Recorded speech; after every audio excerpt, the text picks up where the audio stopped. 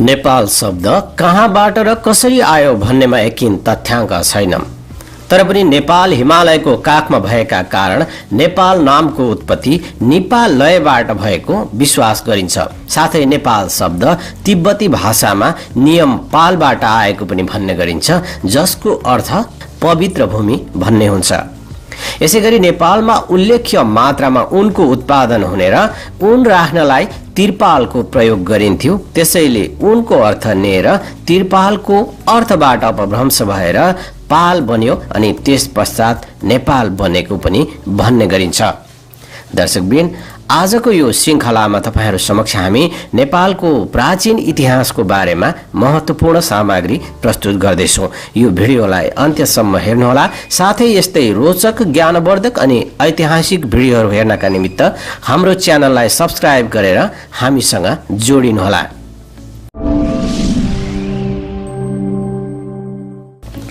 नेपालको प्राचीन समयको कुरा गर्दा नेपाली सभ्यताको इतिहासलाई केलाउँदा यहाँको प्राचीन इतिहास धेरै हदसम्म काल्पनिक र अतिरञ्जित भए पनि मूल कुराहरू भने प्रमाणित भएका छन्। ईसा पूर्वको हजारौं वर्ष अगाडिदेखि नै प्राचीन काल सुरु भएको मान्यता पनि ईस्वी सम्वतको थालनी अघिसम्म नेपालको इतिहास स्पष्ट छैन। किराँत काल पूर्वका ठोस ऐतिहासिक सामग्रीहरू प्राप्त हुन सकेका छैनन्। यस कालको राजनैतिक, आर्थिक, सामाजिक आदि कुराको बारेमा लिच्छवीकालीन अभिलेखहरूबाट केही झलक भने पाउन सकिन्छ। ईस्वी सम्वतको थालनीका साथै लिच्छवीकाल सुरु भए पनि प्रमाणहरूका आधारमा ईस्वीको 5औं शताब्दीदेखि मात्र प्राचीन नेपालको इतिहास बढी विश्वासिलो बनेको पाइन्छ। यही प्राचीन नेपालको सबैभन्दा बढी विश्वासिलो रहेको पहिलो खण्ड हो गोपालवंशी शासकहरूको काल। नेपालका पहिला राजाहरू अर्थात् प्रथम राजाहरू गोपालवंशी थिए। गोपाल भन्नाले गाई पालक समुदाय भन्ने बुझिन्छ। काठमाडौँको पानी बाहिर फ्याँकेपछि उपत्यका बसोबास गर्न योग्य भयो। त्यसपछि दक्षिणतर्फका निप जातिका गोपालहरू त्यहाँ आकर्षित भए। दक्षिणबाट आएका गोपालहरू र यहाँका प्राचीन नाग जातिबीच भिडन्त हुँदा नाग जातिहरू पराजित भई दक्षिण भेगतर्फ लागे भने नेपाल उपत्यकामा गोपालहरूको वर्चस्व कायम भयो। वंशावलीहरूमा उल्लेखित कथा अनुसार यिनीहरूको एउटा बहुद्री नाम गरेको गाईले सधैँ बागमती तीरको एक ठाउँमा गएर दूध चढाउने गर्दथिन्। सो स्थल खनि हेर्दा पशुपतिको ज्योतिर्लिङ्ग उत्पन्न भयो। टेकु दोभानमा तपस्या गरिबस्ने ने मुनिले गोपाल वंशका भुक्तमान, भूमिगुप्त पनि भनिन्छ, उनलाई राजा बनाइदिए। यिनी गोपाल वंशका संस्थापक मात्र नभई नेपालका प्रथम राजा पनि भए। गोपाल वंशी 8 जना शासकहरू भूमिगुप्त, जयगुप्त, धर्मगुप्त, हर्षगुप्त, भीमगुप्त, मणिगुप्त, विष्णुगुप्त र जिनगुप्तले करिब 505 वर्ष 3 महिना नेपालको शासन गरे भन्ने अभिलेखहरूमा पाइन्छ। दर्शकवृन्द, प्राचीन नेपालको इतिहासको अर्को कालखण्ड महिषपाल वंशी राजाहरूको रहेको छ। गोपाल वंशका जिनगुप्तलाई युद्धमा पराजित गरी महिषपालहरूले नेपालको शासनमा नियन्त्रण कायम गरेको कुरा गोपाल वंशी राजवंशावलीमा उल्लेख गरिएको छ। तर केही इतिहासकारहरूका अनुसार गाई पाल्नेलाई गोपाल भने झैँ भैँसी पाल्नेलाई महिषपाल वा अभिर भनिन्थ्यो। तर गोपाल र अभिर एउटै वंशका भएका र पेशागत आधारमा मात्र 2 समुदायमा विभाजित भएको मानिन्छ। कर्क पेट्रिकको वंशावलीमा अभिरहरू राजपूत उत्पत्तिका ग्वालाहरू भएका र सिमरौनगढ र जनकपुर बीचको समतल भूमिमा आफूसँग हात हतियार समेत राखी ठूलो संख्यामा भैँसी पाल्ने गरेकोमा पछि उपत्यका प्रवेश गरी गोपाल वंशी राजाहरूलाई हराई शासन नियन्त्रण गरेका थिए भनी उल्लेख गरिएको छ। यस वंशका प्रथम राजा वीर सिंह हुन्। गोपाल वंशावली अनुसार यस वंशका 3 शासकहरूमा बरसिंह, जयसिंह र भुवन सिंहले क्रमशः 49 वर्ष, 71 वर्ष 2 महिना र 41 वर्ष गरी जम्मा 161 वर्ष 2 महिना शासन गरेका थिए। त्यस पश्चात सुरु हुन्छ किराँत वंशी राजाहरूको काल। नेपाल उपत्यकामा राज्य गर्ने लिच्छवी राजवंशभन्दा अगाडि र महिषपाल वा अभिर वंशभन्दा पछाडि बीचको समयमा किराँत वंशीय राज खलकको शासन उपत्यकामा रहेको थियो भन्ने विवरण साहित्यिक स्रोतहरूमा फेला पर्ने गर्दछ। गोपाल वंशावलीमा किरात राजाहरूको सूचीका साथै उनीहरूको मूल स्थान तामाकोशी र सोनकोशी बीचको भूभाग भनी बताइएको छ। अबिर वंशका अन्तिम राजा भुवन सिंहलाई युद्धमा पराजित गरी किरात वंशी राजा युलुङ वा यलम्बरले शासनमा नियन्त्रण कायम गरेका थिए भन्ने भनाइ छ। यो द्वापर युगको अन्त्य वा कलियुगको प्रारम्भतिर 6औं शताब्दीमा घटेको घटना मानिन्छ। नेपालमा ऐतिहासिक घटनाक्रमको सुरुवात किराती राजाहरूबाटै भएको मानिन्छ।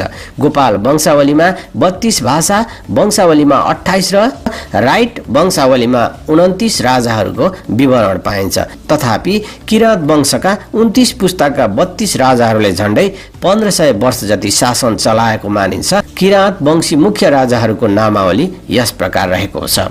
पहिला राजा यलम्बर।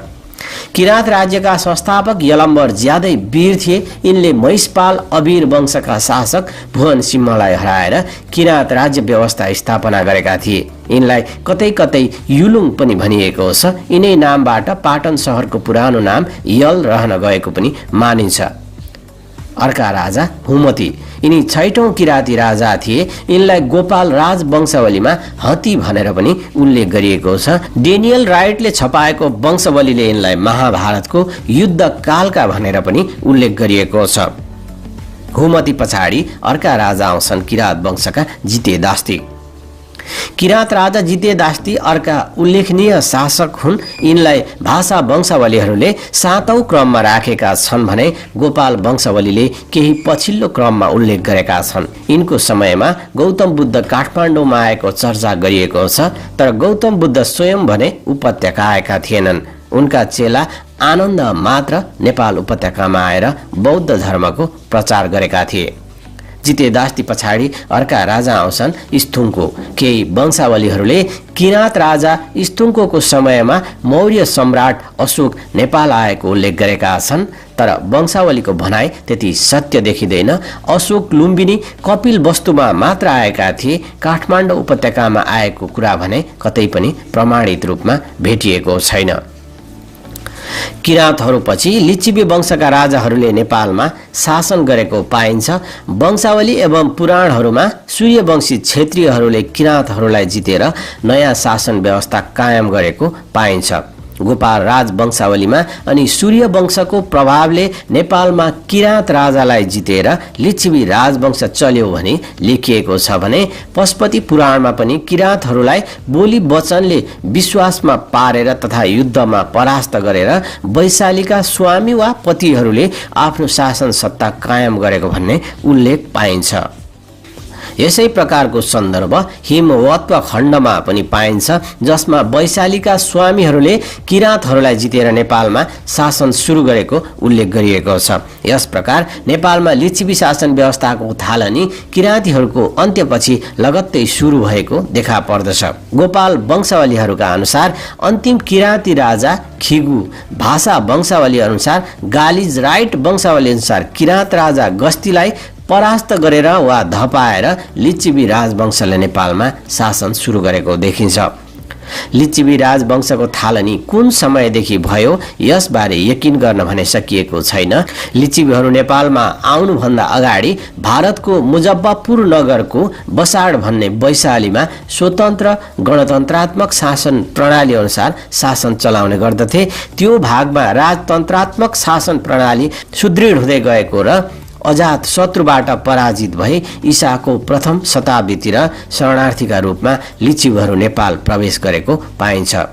वैशालीमा शासन चलाएका लिच्छवीहरूले यहाँका भुरे टाकुरे सामन्त राजाहरूलाई हराई शासनमा कब्जा गर्ने महत्वाकांक्षा प्रदर्शन गरे, तर लिच्छवीहरूको सत्तामा कब्जा त्यति सरल र सहज नभई ठूलो सङ्घर्ष र रक्तपातपूर्ण घटनाबाट मात्र सम्भव भएको थियो। तत्कालीन शासक वर्गप्रति जनताको तीव्र असन्तोष व्याप्त भएको बेलामा जनभावनाको अनुकूल लिच्छवीहरूले जनसङ्घर्षको नेतृत्व गरेका थिए। किरातहरू युद्धमा हारेर पूर्वी भेगमा विस्थापित हुन बाध्य भयो भने केन्द्रमा लिच्छवीहरूको राज्य सत्ता कायम हुन पुग्यो। जनहितलाई बढी स्थान दिने शासन व्यवस्था, संगठित जनजीवन, उन्नत आर्थिक व्यवस्था, शिक्षाको स्तर, आकर्षक कला तथा आदि कुराले गर्दा लिच्छवी काललाई नेपालको इतिहासमा स्वर्णमय युग पनि भनिएको छ।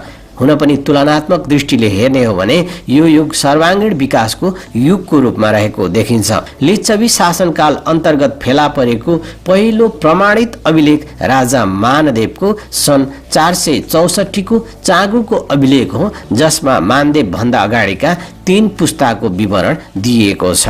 यसबाहेक लिच्छवी वंशका 8औं शताब्दीतिरका राजा जयदेवको पशुपति अभिलेखमा लिच्छवी राजाहरूको सुरुदेखिकै वंशावली लेखिएको छ, तर यस वंशावलीमा लिच्छवी राजाहरूको नामको सट्टा क्रमाङ्क मात्र लेखिएको पाइन्छ। यस वंशावलीको आधारमा सन् 464 मा चाँगुको अभिलेख स्थापना गर्ने राजा मानदेव लिच्छवी वंशका 39औं राजाको रूपमा देखिन्छन्। मानदेव अघिका राजाको सालाखाला शासन 20 वर्ष मानेको खण्डमा मानदेव भन्दा 760 वर्ष अघि अर्थात् 296 ईसा पूर्वमा लिच्छवी शासन नेपालमा सुरु भएको मान्न सकिन्छ। प्रसिद्ध लिच्छवीकालीन शासकहरू पनि इतिहासले धेरै नै सम्झिरहेको छ। लिच्छवीहरू मूलतः सूर्यवंशी मानिन्छन्। अयोध्याका सूर्यवंशी राजा दशरथका 8औं पुस्तामा लिच्छवी भन्ने व्यक्ति भएको मानिन्छ। लिच्छवी वंशमा सुपुष्प नामका राजा भए, जसलाई लिच्छवी राजवंशका संस्थापक र आदिपुरुष पनि मानिन्छ। सुपुष्प जयदेव द्वितीयको पशुपतिको अभिलेखमा उत्कीर्ण वंशावलीमा लिच्छवी नाम गरेका राजापछि 13औं पुस्तमा कामदेव जस्ता राम्रो रूपरङ भएका राजा सुपुष्प पनि भनिएको छ। कतिपयले राजा सुपुष्पलाई नै नेपालका प्रथम लिच्छवी राजाको रूपमा पनि मान्ने गरेको पाइन्छ। वंशावलीहरूमा भने सुपुष्पलाई चौथो लिच्छवी राजाको रूपमा देखाइएको छ। साथै गोपाल राज वंशावलीमा यिनलाई सुपुष्प देव, भाषा वंशावलीमा पशु पुष्पवर्मा र राइट वंशावलीमा पशु प्रेख देव भनेर नामाकरण समेत गरिएको छ। गोपाल राज वंशावलीका अनुसार यिनले नेपालमा वर्ण व्यवस्था कायम गर्नुका साथै पशुपतिको देवल बनाउने, त्यसमा छाना हाल्ने, सहरलाई सुन्दर बनाउने, राज्यमा मर्यादा कायम गर्ने तथा न्यायपूर्वक राजा प्रजाहरूको पालना गर्ने काम गरेका थिए। यसबाहेक यी राजाले पशुपतिमा सुनको छाना हाल्नुका साथै गजुर समेत थपेर अग्लो र भव्य तुल्याएको उल्लेख छ। यसैगरी राजा सुपुष्पले भूमि वा जग्गा सम्बन्धी मर्यादा बाँधेको कुराको उल्लेख गोपाल राज वंशावलीमै पाइन्छ। सुपुष्प पश्चात अर्का राजा आए। मानदेव शासन सञ्चालनमा कुशल मानदेव प्रथमको शासनकालमा आएर नेपाल राज्य अझ व्यवस्थित, विकसित र बलियो बन्यो। शास्त्र जान्ने, जनतालाई आफ्नै परिवार ठान्ने जस्ता राजगुणहरूले युक्त यी राजाले राज्यमा आर्थिक उन्नति र आर्थिक व्यवस्थाद्वारा 41 वर्ष ईसा पूर्व 464 देखि 505 सम्म आफ्नो शासनमा स्थिरता कायम गरे। आफ्नो राज्यमा मुद्राको व्यवस्थाको अतिरिक्त काल विद्या स्रोतको समेत विकास गरे। प्रथम राज दरबार मानगृह जस्तो भव्य भवन, श्री नामाङ्क र श्री भोगिनी अंकित नेपालको प्रथम मुद्रा यिनै कालमा तयार भएका थिए। यिनैको समयदेखि प्राचीन नेपालको इतिहास पनि बढी स्पष्ट र भरपर्दो भएकाले प्रथम प्रमाणित महाराजा यिनैलाई मानिन्छ। यिनको राज्य पूर्वमा कोशी, पश्चिममा गण्डकी, काली गण्डकी पारी मल्लपुरी र उत्तरमा हिमालयसम्म फैलिएको थियो। अभिलेख र स्वतन्त्र टक आदि कुराहरू मानदेवको पालादेखि पाइएका छन्। चाँगुनारायणको मानदेव नृपको अभिलेख ईसा पूर्व 464 भन्दा मालीगाउँमा प्राप्त जयवर्माको 163औं सम्वतलाई प्राप्त सर्वप्राचीन प्रामाणिक अभिलेख मानिन्छ। यसरी विक्रमको 6औं शताब्दीदेखि नेपालको प्रामाणिक इतिहास प्रारम्भ भएको पाइन्छ। मानदेव पछि महिदेव, वसन्तदेव आदि राजाहरू भए। वसन्तदेव बालक भएकाले मन्त्रीहरू रविगुप्त र क्रमलील शक्तिशाली भए। संयुक्त शासन र फेरबदल छिटो भएकाले ईस्वी सम्वत 536 देखि 545 सम्म राजनैतिक अस्थिरता व्याप्त भएको पाइन्छ। यसपछि भौमगुप्त, गणदेव, गंगादेव र शिवदेव जस्ता भारदारहरू बीच शक्ति सङ्घर्ष जस्तै भयो। शिवदेवले आफ्नो भानिज अंशुवर्माको मद्दतबाट गुप्त प्रभाव बचाए पनि अंशुवर्माको प्रभुत्व बढेर शिवदेव निश्चित बन्न पुगे। फलस्वरूप अंशुवर्मा राजा भए। मन्त्रीले राज्याधिकार लिएको यो पहिलो घटना पनि थियो नेपालको। दर्शकवृन्द, आजको यो पहिलो श्रृङ्खलामा हामीले नेपालको इतिहास तपाईहरू समक्ष प्रस्तुत गर्ने क्रममा नेपालको उत्पत्ति र मानदेवको राज्य सत्तासम्मको इतिहासलाई प्रस्तुत गर्यौं। यो भिडियो हेरिसकेपछि तपाईलाई लागेका धारणाहरू अवश्य पनि कमेन्टमा उल्लेख गर्नुहोला।